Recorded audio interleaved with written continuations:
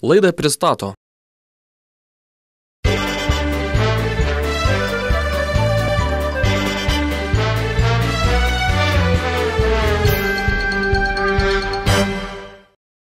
Auksinė mintis. Jei pažiūrėtum iš viršaus, tai iš apačios matosi, kad geriausiai matyti iš šono. Plačiau miestelio naujienas aptars Politikių klubas. Na tu tik pagalvok, teismas sako, kad mūsų meras buvo neteisus.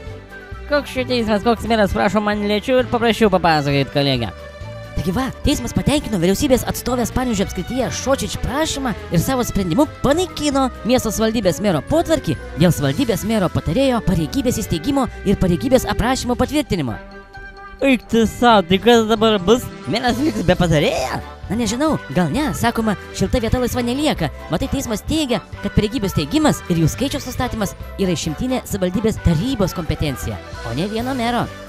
Ai, iki šiol visi merai dėliojas kaip norėjo, dabar po šitiek metų kažkam užkliuvo, argi tau nekeista? Na, keista, bet niekas to klausimu nesikreipė į teismą, todėl niekas ir neieškojo jokių galų.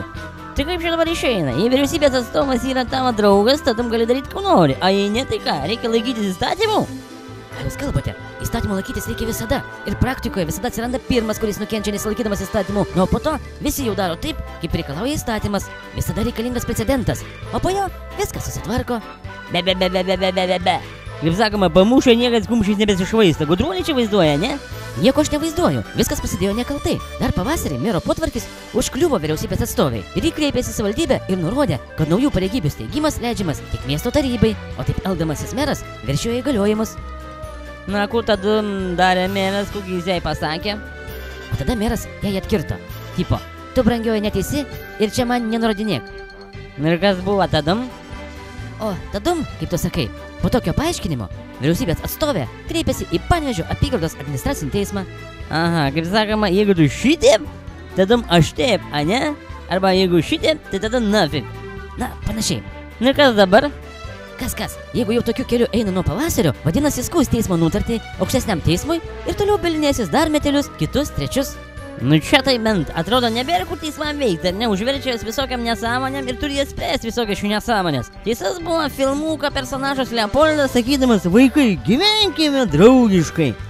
Nu, kaip tam Leopoldui sekėsi draugiškai gyventi?